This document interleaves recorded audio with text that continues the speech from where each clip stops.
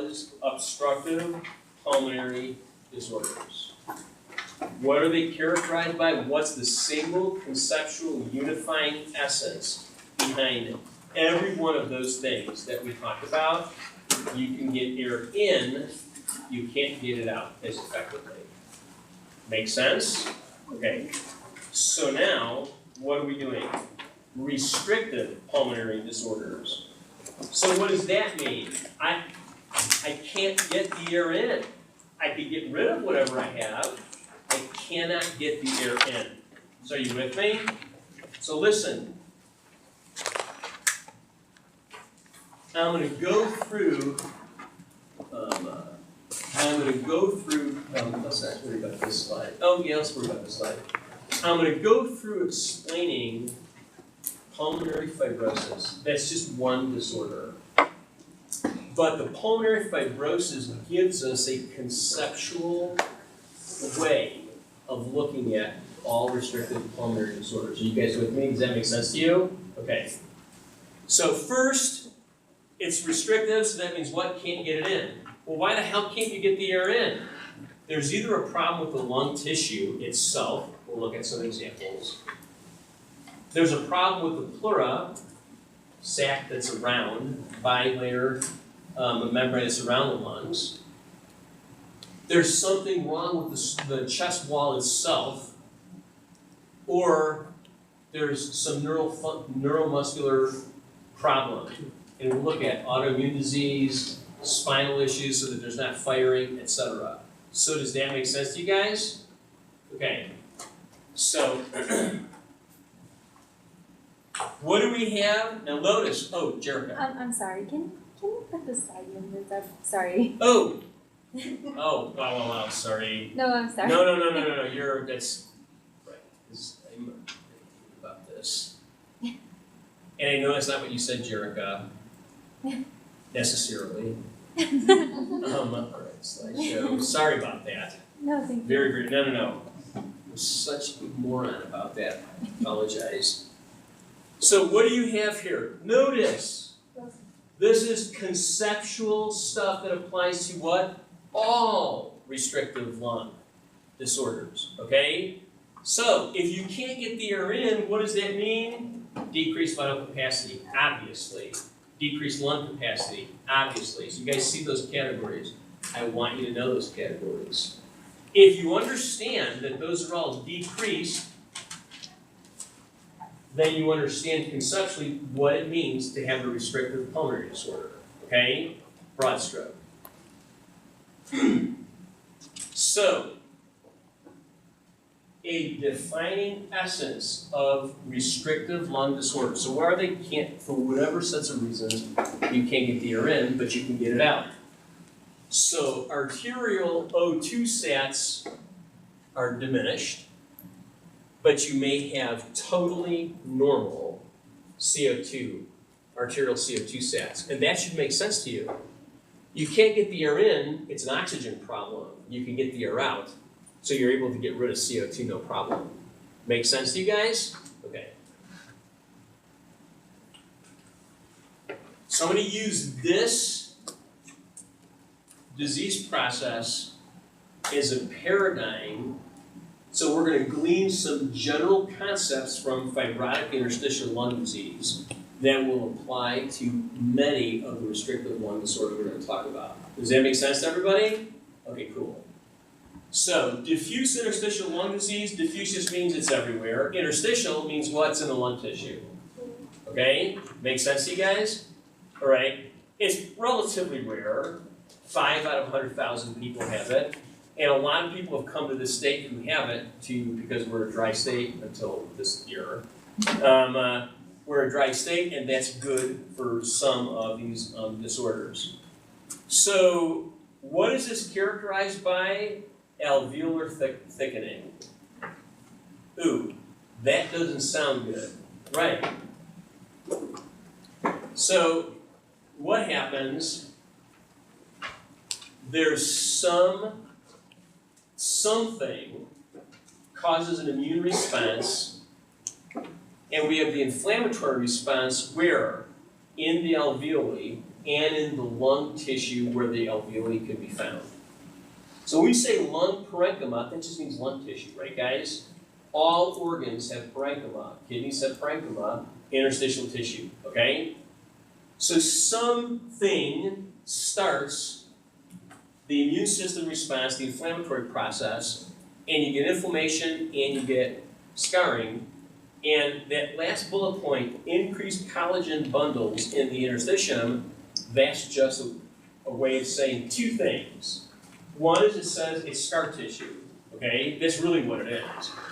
But the other thing that it says is, hey, you're actually putting fibers that don't stretch into tissue that's meant to stretch and then contract again. Does that make sense to you guys? So that's why we call it fibrosis. You're replacing stretchy tissue with stuff that doesn't stretch, and you're thickening the very walls separately. You're thickening the very walls where the O2-CO2 exchange happens. So if you're thickening those walls, what does that mean? They're not as easily inflated. Are you with me? Okay, so globally, we're depositing collagen because of inflammatory responses for reasons. And we deposit collagen, we make the stretchy tissue less stretchy. Separately, now it's one cumulative effect, but separately we're depositing collagen in the alveolar wall so they're getting thickened. And why is that a problem? Because then we can't stretch them enough to create enough infilling with air coming in. Make sense to you guys? All right, sweet. Well, just said that. We're going to look at a bunch of these, okay, and other stuff. So, early on, this process is reversible. Translation, take away whatever the hell is triggering the inflammatory response. Does that make sense to you guys? Okay, we're not talking allergies per se. There may be a hypersensitivity reaction, which we'll talk about. We're not talking allergies per se, though, okay? And we're not just talking about the alveoli, we're also talking about the actual parenchyma of the lung tissue itself. So you guys with me? Okay. Whenever there's damage to alveoli, remember, what are alveoli? Simple squamous epithelial tissue buried in a basement membrane that's pretty thin. And what's around them? Capillaries, which are basement membrane, and again, simple squamous epithelial tissue, right? So when there's damage to the alveoli, you basically are destroying the cells that make this thin little layer, right? Does that make sense to you guys? When the inflammatory response starts mounting. So we reinforce it by depositing collagen. Make sense to you guys? Okay. Fibrosis happens, talked about that.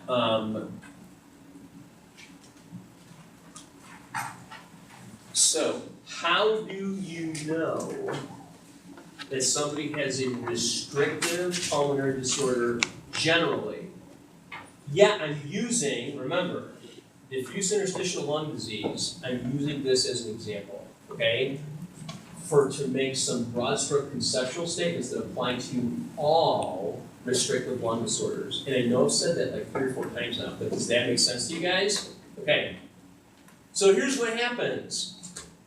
The person progressively experiences shortness of breath with exercise or energy demand increase, okay? But Jim, that applies to everything. Yes, except that people tend not, if you have an obstructive pulmonary disorder, you don't have enough oxygen, you don't desat though, usually, okay? If you desat during exercise, you might have emphysema, but odds are pretty good that that's not the issue. If you desat during exercise, it's probably a restrictive pulmonary disorder. Okay? Because why do you desat suddenly? Well, you're doing the exercise, you create the oxygen demand, but you just can't breathe in enough O2, so you end up offloading a bunch of extra O2 molecules off your hemoglobin into the tissues that are oxygen starved, and you desat. Does that make sense? So I had a student here 3 years ago, a really brilliant student, and he was older, and he had a really good buddy from the military, and they would go to work out at a gym together. And this guy really, really, really loved dearly his military buddy and cared a lot for him. And they were at a gym, and they were working out, and the guy blacked out. He was on the elliptical, he blacked out. And it happened like 3 or 4 times over the course of about a month and a half. And so this guy talked to me about it. I said, so has your friend been a smoker or whatever? Nah, never smoked a day in his life. Well, can you tell me about him? Well, he worked in, and I'm not going to give it away because we're going to talk about some stuff here, but he worked in a particular context before he went into the military. He carried through with working with certain fibers that were airborne with the military. And I said, stop. For sure he's desatting? Well, yeah, actually wearing a portable pulse ox. And I was like, he has a portable pulse ox? Yeah, it's a portable pulse ox. And I actually watched the O2 sat go from like 89. I was like, wait, he was an 89 on the elliptical? Yeah, it went from 89 down to 74, 75, then he blacked out. Holy crap. He needs to go to a really good respiratory healthcare provider, and guess what? Diffuse interstitial lung tissue. And the man went to the funeral a couple months ago. Okay? So, when you lose that tissue, the elasticity, you build scar tissue, and you put in non-stretchy fibers, collagen fibers, where there's supposed to be elasticity, so you can't bring air in. Make sense? So, with chronic bronchitis, can you exercise with chronic bronchitis? Yes. Should you? Hell yes. Under your healthcare provider's instruction. If he or she said no, then you don't do it. Okay? I'm recording myself, so it need exculpatory clause. Right? Can you, when you have diffuse interstitial lung disease, can you exercise? Hell no. Because you're going to desat, and eventually that's going to be a heart attack or a stroke. Okay? So, bibasilar and expiratory crackles. What does that mean? It's symmetrical. That's what it means. You hear all kinds of crap in Velcro rails. You know what that means? Stick Velcro together, you pull it apart. That sound that you hear when you pull it apart, that's what you hear in the lungs when it's sufficiently progressed. Okay? Anorexia to weight loss, hell yeah. And why is that? Because they're burning ATP like mad to try and breathe. Okay? And they can't deliver enough O2 to make ATP to the rest of the body because you're not able to pull in enough O2 to make the ATP. So reach in and tap into whatever stores there are in the rest of the body. Does that make sense to you guys? Okay. Inability to increase cardiac output with exercise. Well, I just gave you the example of that. Okay? Don't look at that. That's for your enjoyment late on a Friday night. So, you do a chest x-ray, and you see all kinds of craziness shows up. The pulmonary function tests, you know which ones, we talked about them, are compromised, and you don't need to know the rest of the stuff on this slide. So, hey, stop smoking. They don't smoke. Hey, stop smoking. And if you're in some environment, which is what this guy's problem was, is an environment for a period of actually decades that brought it about. So if you are a road resurfacing worker and you do not wear, not the cheapo 99-cent masks that you get at Walmart, but the right kind of masks. If you don't wear those masks, you are inhaling and getting into your alveoli particulate matter that your lungs cannot get rid of. But dude, it's just not cool. Okay. Right?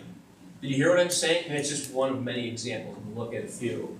Anti-inflammatory agents, right, you want to turn down the inflammatory response. Why? Because you want to have the alveolar walls not get thickened so quickly, and you want to have collagen fiber not be built so quickly in the interstitial tissue. Does that make sense? And in the process, you potentially put them at risk to get other disease processes. Often you have to give them immunosuppressive agents. Why? Because they have autoimmune diseases? No. It's the inflammatory process that got triggered that brought about this disease process in the first place. So you want to crank that down to as close to zero as possible, knowing you're exposing them to other maladies. Make sense? Okay. Lung transplant, whatever. So watch, sarcoidosis, you're going to see it here. I never test on it. I hate it. Jim, that's a lot of slides you went past. There is a guy, just prove that to you, right? I'm joking, by the way. So, hypersensitivity pneumonitis. You have to know this. Hypersensitivity pneumonitis. It's also known as extrinsic allergic alveolitis. So this is asthma. No, it's not. This is allergies. Not really. Okay? What is this? Your airways are super sensitive and react to certain things. Does that make sense to you guys? And we'll look at what kinds of things. It is a restrictive disorder because over time it impairs the tissue from being able to bring air in, and it's an occupational disease, and that's the point, okay? When somebody has hypersensitivity pneumonitis, you gotta figure out, hey, where the hell did you work, or are you working at, okay? And it's usually non-smokers that get this. So listen, in my never-ending quest to always justify my non-justifiable insane actions, I actually tried arguing with my wife is extraordinarily smart, but she didn't get trained in the healthcare field, thank God. Okay? She's neurotic in different ways, with good compliment. But I used to tell her, hey, you notice? I haven't been sick in a decade. This is many years ago. I haven't been sick in a decade. You know why? Because I smoke. It's deadened all the tissue, so I can't get hypersensitivity pneumonitis. Okay? Which is insane. But that's the reason why non-smokers are the ones who get it. Smokers almost never get this. They're getting other things. Okay? Sweet, Jim gave us a reason to go buy Marlboro Reds. No. So look, farmer's lung. Hell yeah. You're out there working all the time. What's happening? All, not pollen, particulate matter from all the stuff that you're doing. The tractors cutting furrows through particulate matter, right? Bird fancier's lung. Ooh. So parakeets, pigeons, and chickens. Now this doesn't mean if you have parakeets at home, you're going to get hypersensitivity pneumonitis. That's not what that means. But what it does mean is if you work at PetSmart and you're the schlub that has to go in and take care of the parakeets and the pigeons, you're at risk. Okay? Mushroom, not shrooms, guys. Mushrooms. You go out and you get them or whatever, and you know there's a lot of bark like up on the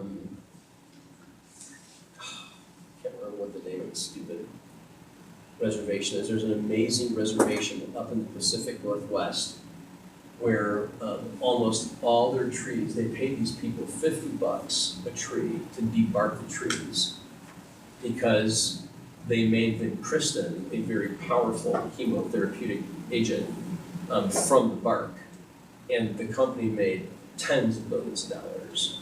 And they gave this tribe, Yakima, that's the Yakima tribe, they gave this tribe $50 go out at night and denude the trees and get rid of the bark. 50 friggin' bucks a night. It's just terrible. But you work out there, that kind of stuff, it can get into your lungs. If you're a Packers fan, cheesemaker's lung. Okay? Yeah, for real, you get cheesemaker's lung. So look, fish meat workers' lung. So for all the games, and Seahawks are having a really weird season this year, but you know, they show before the game those people throwing the fish to each other. They're fishmongers, right?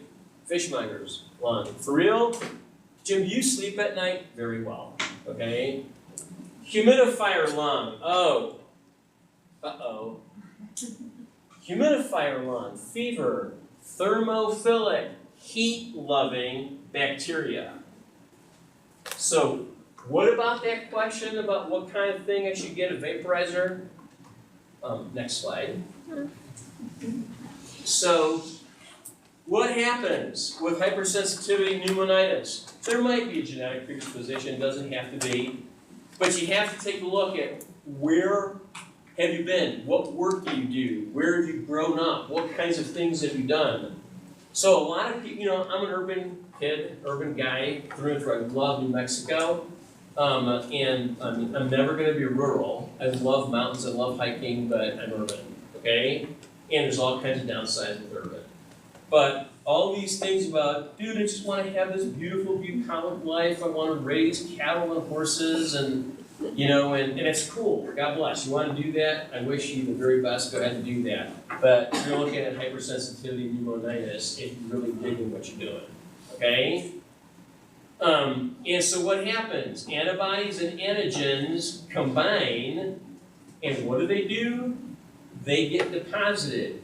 Where? In the alveolar lungs. Remember Patho 1, type 3 hypersensitivity reaction. Okay? Wait, Jim. There's a delayed response, and you have type 4 here. Right. You get both. Does that make sense to you guys? It's the only thing I could ever ask you about in this entire semester where you get, in Patho 2, Patho 1 different story, where you get a type 3 and a type 4 hypersensitivity response. Okay? All I'm saying is I'd know that. Okay? So, when do the symptoms start? They tend to start not right away. 4 to 6 hour delayed onset. Now that's not much of a delayed onset, but it's enough of a delayed onset. Hold on, this is our administrator. Can I ask you guys, there have been a lot of complaints about the rooms being too hot in this building. I have my fan on, so I'm good. But how does it feel in here? Feels okay? You're cold? I'm not reporting there's coldness in here. Kara? To hell with it, okay? I heard that. I'm sorry. Alright, whatever. So, it's a slightly delayed onset, but so it happens, and then it gets resolved early in. Okay, that's the key, early in. It gets resolved by the end of the day, or the next day, okay? Why? Well, because you got sick, and you got away from whatever the hell was irritating you, right? Okay, so what are the general symptoms? Well, you can read the symptoms. What are the symptoms? Actually, it's, hey, you don't feel well. The symptoms don't tell you anything here, okay? So, once it starts to set in, what happens? You can't breathe when you're at rest. So remember, we're in restrictive lung disorders. So what does that mean? That means that you can't bring enough air in. So now you have hypersensitivity pneumonitis, and you can't inhale well, you can't breathe enough air in when you're sitting at rest, okay?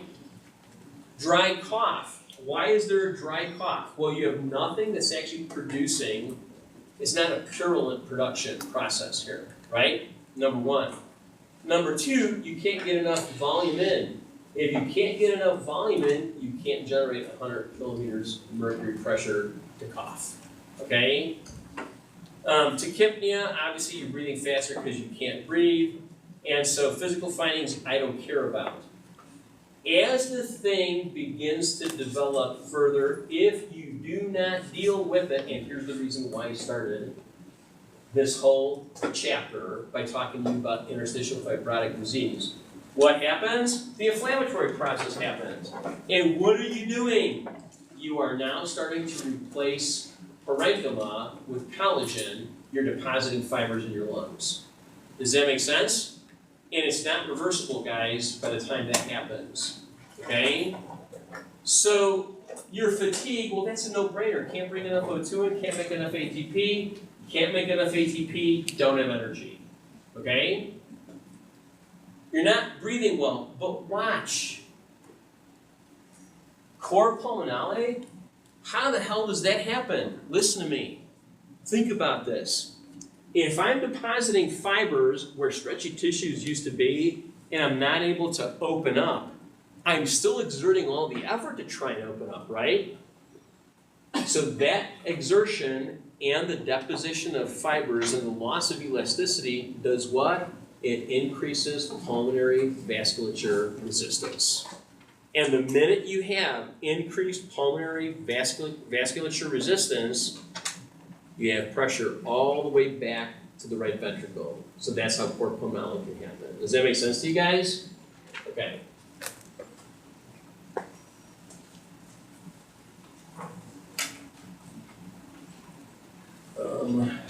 Don't care about that. So skin testing. So Jim, this really is testing if you're allergic. No, it's subtle. It's a hypersensitivity reaction that you're testing, right? When you do the TB test and you get the granuloma, that's a hypersensitivity response. It doesn't mean you're allergic to TB, right guys? Okay, so these are hypersensitivity reactions. So why do you do, it's like doing a TB test. That's basically the way you look at this, okay? Does that make sense to everybody? All right. So, increased WBCs, hell yeah, of course. It's the inflammatory process, right? Decreased arterial O2, yeah, what do we say is characteristic of all restrictive lung disorders? Can't get enough air in. Can't get enough air in, can't get enough oxygen, you don't have enough arterial O2, okay? The big issue with anything that causes fibrosis is you lost compliance. That's the key word, lost, or key phrase. Lost compliance, which means what, Jim? Your lungs aren't stretchy anymore. That's all. Well, it's not that's all, but, you know. So how do you treat this? Give oral steroids, get rid of the trigger. All right, occupational lung diseases. So, how do they come about? You're inhaling gases that are irritants, or you're inhaling some particulate matter. Make sense? Okay. So, I'm not going to test you on this, but that should float your boat for a few minutes on a late Friday evening. I'm not testing on this slide.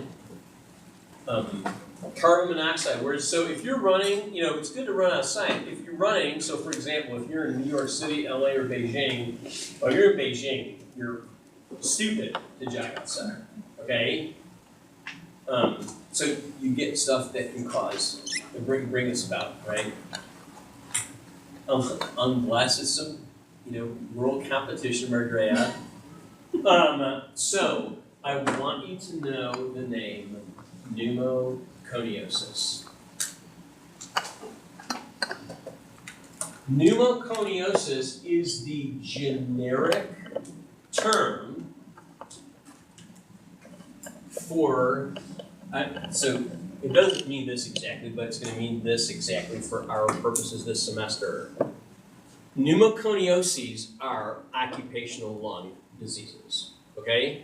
Does that make sense to everybody? That's what we're going to call occupational lung diseases. Pneumoconioses. So if I gave you a question on the next test, true or false? Occupational lung diseases are known as pneumoconioses. True. Okay. I'm not going to talk about anthracosis, silicosis, asbestosis. As a matter of fact, I'm only going to touch on a few items here. I want to say this. If any of you have ever gone to Red River and you've done a beautiful drive through the Enchanted Circle where the mountains are, you go up to Taos and you head up into the mountains. I love that region of the planet so much. But as you're coming down, at some point when you get past the ski slopes and stuff, you notice that there is this ginormous Chevron uranium mining facility. And you can't help but notice that the rocks, the exposed rocks, are decidedly yellow in color, okay? And so there are an unusually high number of thyroid cancer patients in the state. There are unusual, actually, if you want to find the region of the world that has the most exotic cancers for reproductive systems, female reproductive systems specifically, in urinary bladder cancers and prostate cancers, they're in Gallup and Winter Rock area. In the world. Why? Uranium mining, right? So there are people that I know who are old, wonderful people from the Navajo res who remember Gallup getting flooded once or twice when there were huge rains, but the water was all yellow. And that's why Kerr McGee settled many years ago and denied all wrongdoing. So all that crap went into the aquifers that are in the state, right, et cetera. So I'm not saying go buy bottled water. The bottom line is that if you work in the uranium business, you got an occupational lung disease, amongst other things. If you're in the state when the mining was going on, you were exposed to it, like it or not, because it was in the air, it was in the aquifers, et cetera. Make sense to you guys? Okay. So, who gets pneumoconioses in general? Predisposing factors. You have some pre-existing lung disease, like what? You smoke. Okay? Or you have asthma. Or you've had a couple bouts of acute bronchitis. Wait, that means you're screwed, okay? You can't work in that profession then. Oh, Jim, so I'm making, $100,000 a year being a road resurfacer, traveling, the States and doing that. It's really good work. I don't have a college education. How the hell am I ever going to make that kind of money? I've got a couple homes. I've got, a boat. I've got a trailer. All right, cool. So die. That sounds crass, but I mean, you're asking people to make a completely huge shift in their lifestyle. So pre-existing lung disease maybe, exposure to atmospheric pollutants. If you work in LA and you work in a quote garage, close quote, and you replace brakes, well, the weather's gorgeous year-round in LA. So you have the garage door open, maybe you have some fans blowing, you get the smog, and you get the particulate matter from the brake pads, all the solvents that you use to clean your hands before you go home at the end of the day. Right, those people too. Okay? How long have you been exposed to the dust? Wait, regular dust, Jim? Hell yeah. I do rehabbing work. Hope you're wearing a mask. It gets in the way. Okay? How big's the size of the thing you're taking in? There are certain things we simply can't deal with. And there are certain, believe it or not, there are certain geometrical shapes that our body reacts very adversely to compared to other geometrical shapes, which is crazy, and it's math, And that's like wondrous to me, okay? So, what do the pollutants do? They stop the cilia. Uh-oh, mucociliary clearance issues? Hell yeah. And you can't clear the stuff out. Which means what? It gets parked. How long? Permanently. Okay? So what happens if it goes all the way down into the alveoli? Well, we have alveolar macrophages, and what do? Well, they gobble stuff up, right? Well, they're not able to gobble certain stuff up. Or they can't eradicate it. You know what they do with some of the things? They get rid of them. And where do they get rid of them? They don't deposit them into the alveolar sac again. They extrude them into either the capillary supply or into the interstitium of the lung that's around the alveoli. Does that make sense to you guys?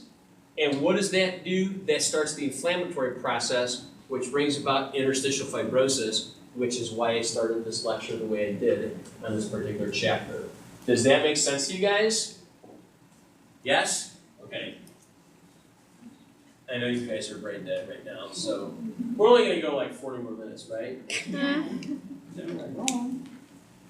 So what do? You deposit fibers, guys. We're back to square one, which is why I started the way I did, okay?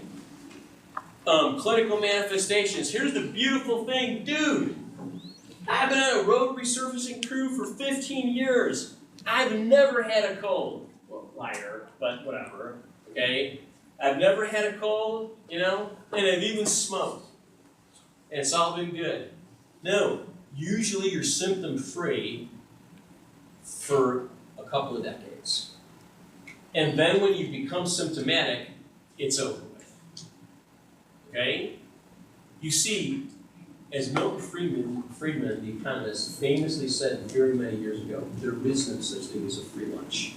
Okay? No one escapes paying consequences for the stuff that goes into our body. Period. The fact you don't have consequences now does not mean you're Superman or Gadol Galit, Wonder Woman. Okay? None of us is, regretfully. All right. Late features with pneumoconioses. Cor pulmonale, right. Heart can't take it. Why? Dramatic increase in pulmonary vasculature resistance, which is what you would expect to happen when fibers are being deposited. Does that make sense to everybody? Right. Don't care about any of that. How do you treat it? Prevent it.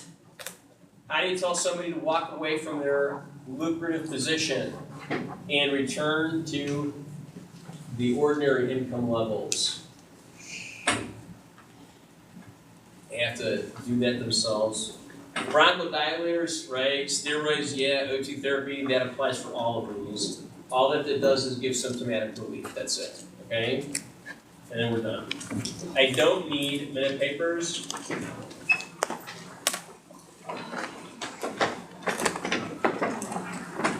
going to pass out tests.